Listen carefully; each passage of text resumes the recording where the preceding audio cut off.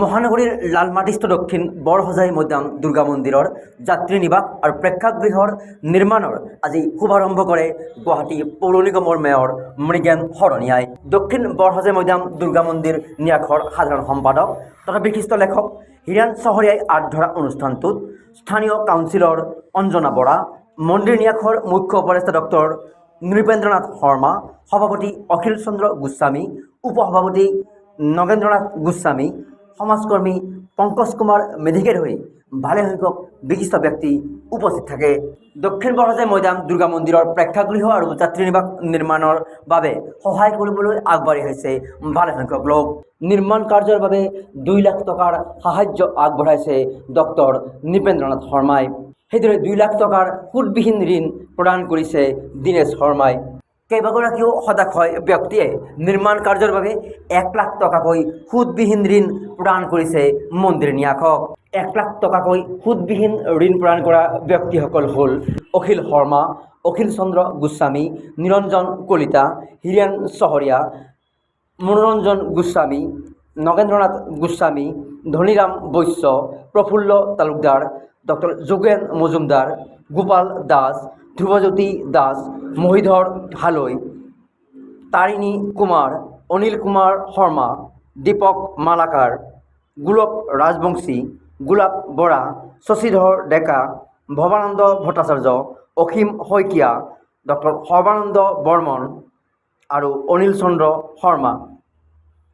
আনহাতে 1 লাখ টকাকৈ সুদবিহীন ঋণ প্ৰদানৰ বাবে প্ৰতিশ্ৰুতি প্ৰদান কৰিছে দ্বাৰিকা প্ৰসাদ আগৰৱালা, অঞ্জনজ্যোতি শৰ্মা, সুৰেণ বৰা, শেখৰ শ্বাহ মণ্ডল, চিত্তৰঞ্জন শৰ্মা, পঙ্কজ কুমাৰ মেধি, হৰমোহন চৌধুৰী, নৱকান্ত ডেকা, দন্দী কুমাৰ বড়ো, গোপাল ডেকা, নৃপেন্দ্ৰনাথ ডেকা, কমৰ আলী, লংকেশ্বৰ বৈশ্য, মিনু ডেকা।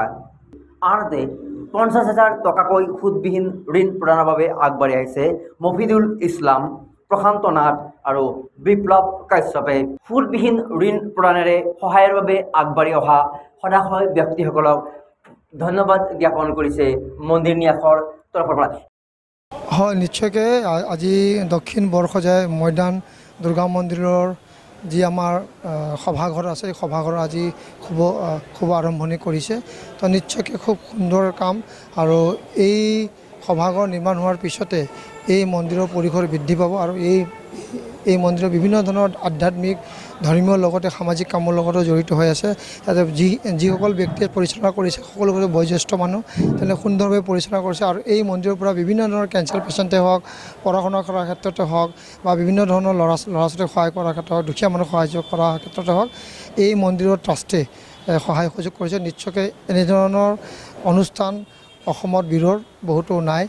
এনেধৰণৰ কাম কৰাৰ কাৰণে গুৱাহাটীত আমি পাইছোঁ। তো নিশ্চয়কৈ খুব ভাল কাম কৰিছে, আৰু এইটোত যিখিনি আমাৰ গুৱাহাটী পৌৰ নিগমৰ যিখিনি আমাৰ কৰিবলগীয়া আছে নিশ্চয়কৈ আমি কৰাৰ কাৰণে আমি আজি কথা দিছোঁ, আৰু তেওঁলোকৰ লগত কথা পাতি কেনেধৰণৰ কামখিনি কৰিব পৰা যায়, আমাৰ কিঞ্চিত হ'লেও যেন বঞ্চিত নহয় সকলোখিনি কৰা, বা টয়লেটে হওক, এটা ৰাজহুৱা শৌচালয়ে হওক, তো বিভিন্ন ধৰণৰ কথা আমাৰ এটা পাতি য'ত যেনেকৈ সহায় লাগে নিশ্চয়কৈ আমি কৰাৰ কাৰণে আমি চেষ্টা গ্ৰহণ কৰিম।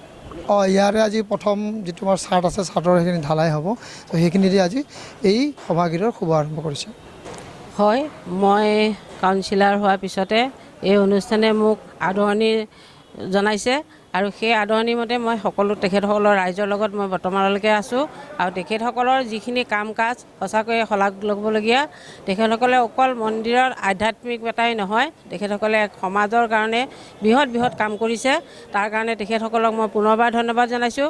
আৰু এনেকুৱা মন্দিৰ অনুষ্ঠানৰ পৰা যে এনেকৈ সমাজত কেঞ্চাৰ নিচিনা এটা দুৰাৰোগ্য ৰোগৰ শিক্ষা গ্ৰহণ কৰিবলৈ যাৰ অৰ্থৰ নাটনি, সেইসকলকো যে সহায় কৰিছে, সেইটো এটা ডাঙৰ কথা।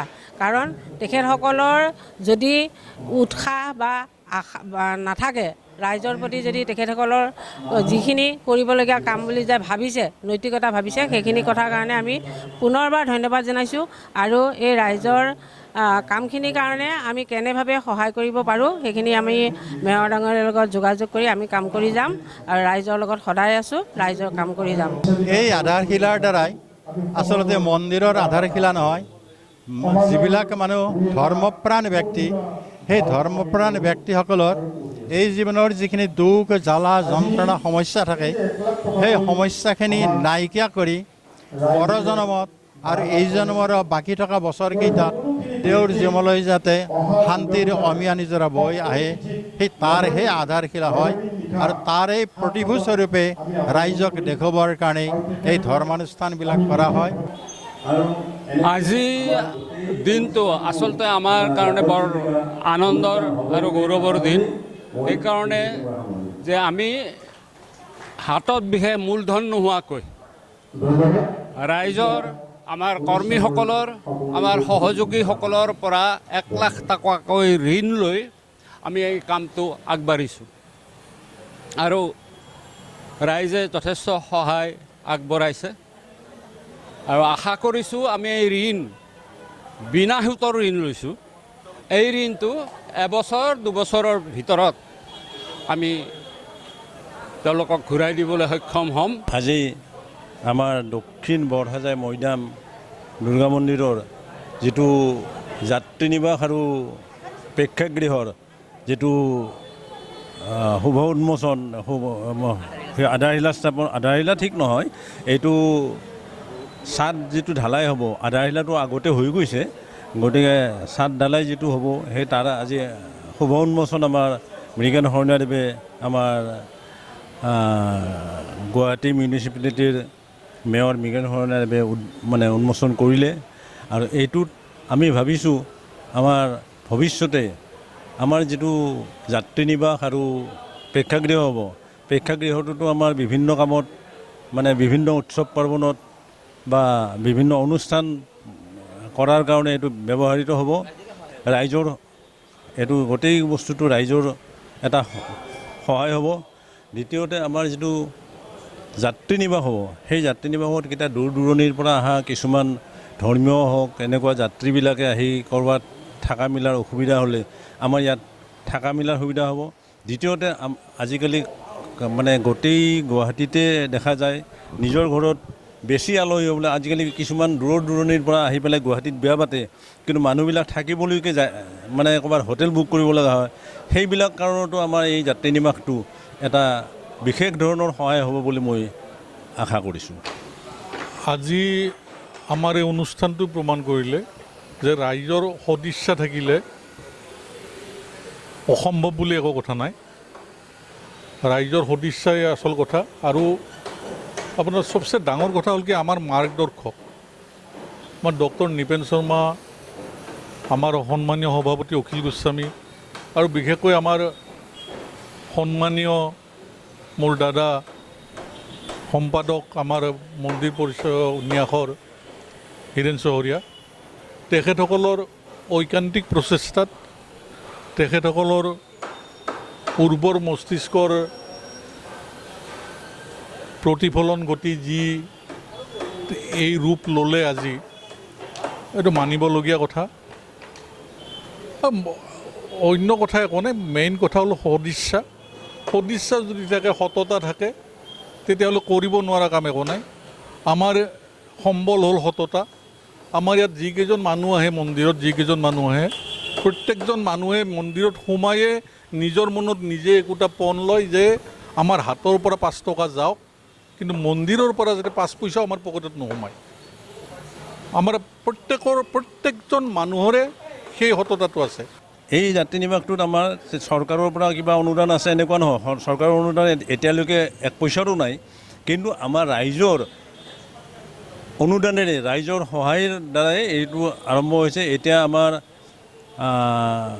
ছাদ ঢালাইৰ কাম আৰম্ভ হ'বৰ হৈছে ইয়াত। তাৰে আগতে আমাৰ প্লিন্থৰ কামখিনি আৰু তাৰ যিটো পাইলিঙৰ কামখিনি গোটেইখিনি হৈ গৈছে। এইখিনিত আমাৰ প্ৰায় 20-25 লাখমান টকা আমাৰ অলৰেডি খৰচ হৈছে। আৰু যেতিয়াই এজন মানুহ ধৰ্ম মন্দিৰত প্ৰৱেশ কৰে তেতিয়া তেওঁ কেতিয়াও মনত বেয়া ভাৱ লৈ প্ৰৱেশ কৰিব নোৱাৰে। তেওঁ যদি দুষ্ট স্বভাৱৰ হয়, হত্যাকাৰী হয়, চোৰ ডকাইত লুণ্ঠনকাৰীও হয়, যেতিয়া ভগৱানৰ ওচৰত যাব, মন্দিৰত প্ৰৱেশ কৰিব, ধৰ্মগৃহত যাবগৈ, তেতিয়া ভগৱানৰ ওচৰত শান্তি বিচাৰে, সুখ বিচাৰে, আনন্দ বিচাৰে। হে ভগৱান, মই যিমানখিনি দুখ জ্বালা যন্ত্ৰণা পাই আছোঁ, মোৰ কুকৰ্ম কৰিছোঁ, সেই কুকৰ্মৰ পৰা মোক মুক্তি দিয়া, শান্তি দিয়া, আনন্দ দিয়া। সেই ভগৱানৰ সুখ বিচৰাৰ কাৰণেই মঠ মন্দিৰবিলাকৰ আধাৰশিলা স্থাপন কৰা হয়। তাৰেই আজি শুভ উদ্বোধন।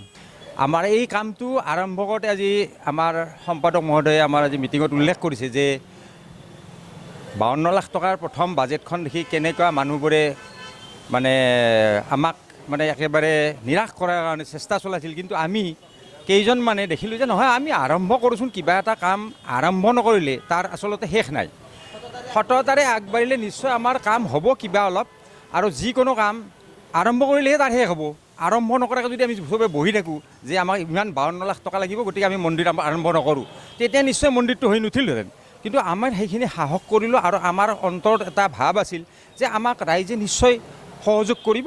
সম্পাদক ডাঙৰীয়া, সভাপতি মহোদয়ে এই ক্ষেত্ৰত মানে যথেষ্ট কষ্ট কৰিছে। তেখেতসকলে এটা সময়ত আমি কিমান মানুহৰ ঘৰত নিজৰ গাড়ী লৈ গৈছোঁ, মানে এই অৰ্থ সংগ্ৰহৰ কাৰণে, সহায় সহযোগৰ কাৰণে। আৰু আমি সেই বাবদ মই একেবাৰে মা দুৰ্গাৰ ওচৰত শপত খাই ক'ব পাৰোঁ যে আমি ক'তো 1 টকাৰো তেলৰ নামত, ক'ত চাহ কাপৰ নামত, তামোল এখনৰ নামত আমি আজিলৈকে মন্দিৰৰ পইচাৰে আমি খোৱা নাই। কাৰণ আমাৰ সেইটো এটা বিশ্বাস যে আমাৰ সেইটো আমি নকৰিম, কেতিয়াও নকৰিম, আমি বাচি থকালৈকে নকৰিম। আৰু সেইকাৰণে হয়তো আজি ৰাইজৰ এনেকুৱা সঁহাৰি আমি পাইছোঁ, ৰাইজে সহযোগ কৰিছে, আৰু সেইমতে আমি চলি আছোঁ বৰ্তমানলৈকে আৰু ভৱিষ্যতলৈকে। আমি বাচি থকা সময়তো আমি এই সাহসতে চলি থাকিম বুলি আমাৰ বিশ্বাস আছে। আমাৰ আজি যিটো অনুষ্ঠানৰ প্ৰগ্ৰেম ইয়াত হৈ গ'ল, এইটো আমাৰ লেখত ল'বলগীয়া অনুষ্ঠান প্ৰগ্ৰেমে এইটো। আৰু আমাৰ এই দক্ষিণ বৰসজা মৈদামৰ এই ষ্টাৰ্টিঙৰ পৰা বৰ্তমান যিটো পজিশ্যনত চকুত লগা যিটো পজিশ্যনত আহি পৰিছে, আমাৰ ৰাইজৰ সহায় সহযোগিতাতে চবখিনি হৈছে বৰ্তমানলৈকে। আৰু আমি যোনটো কাম মানে এতিয়া কৰিবলৈ আগবাঢ়িছোঁ, সেইখিনিতো আমি ৰাইজৰ সহায় সহযোগিতা আগবাঢ়িম বুলি ভাবি বৰ্তমান এইটো পজিশ্যনত আহি পালোঁ। আৰু এই যাত্ৰী নিবাস প্লাছ অডিটৰিয়াম, এই দুটা বস্তু কৰিবৰ কাৰণে এটা আমি আগৰ পৰা চলাই আছিলোঁ চেষ্টা। কেনেকৈ হ'ব কেনেকৈ নহ'ব এই ধৰণৰ বহুত কথা বতৰা হৈ মেলি ফাইনেলি আমি সাহস কৰিলোঁ আৰু যে কামটো কৰা যাওক, যেনেকৈ নহওক কামটো আমি কৰিব লাগে। বাজেট এষ্টিমেট এইবিলাক চাই ভয় লাগিছিলে। আল্টিমেটলি গোটেইখিনি ৰাইজে আমাক সাহস দিলে, নাই আমি কিবা কৰিম আৰু বস্তুটো।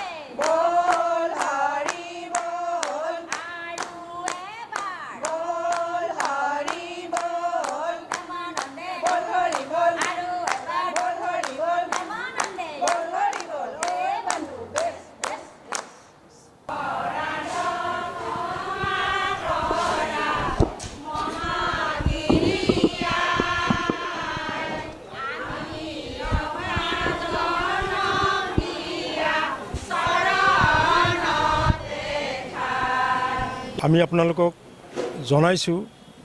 জনাই ভাল পাইছোঁ যে এটা ব্যতিক্ৰমী প্ৰচেষ্টা অসমৰ ভিতৰতে, মই ভাৰতৰ ভিতৰত বুলি নকওঁ, অসমৰ ভিতৰত কিজানি আজিলৈকে এনেকুৱা প্ৰচেষ্টা কোনোৱে হাতত লোৱা নাই।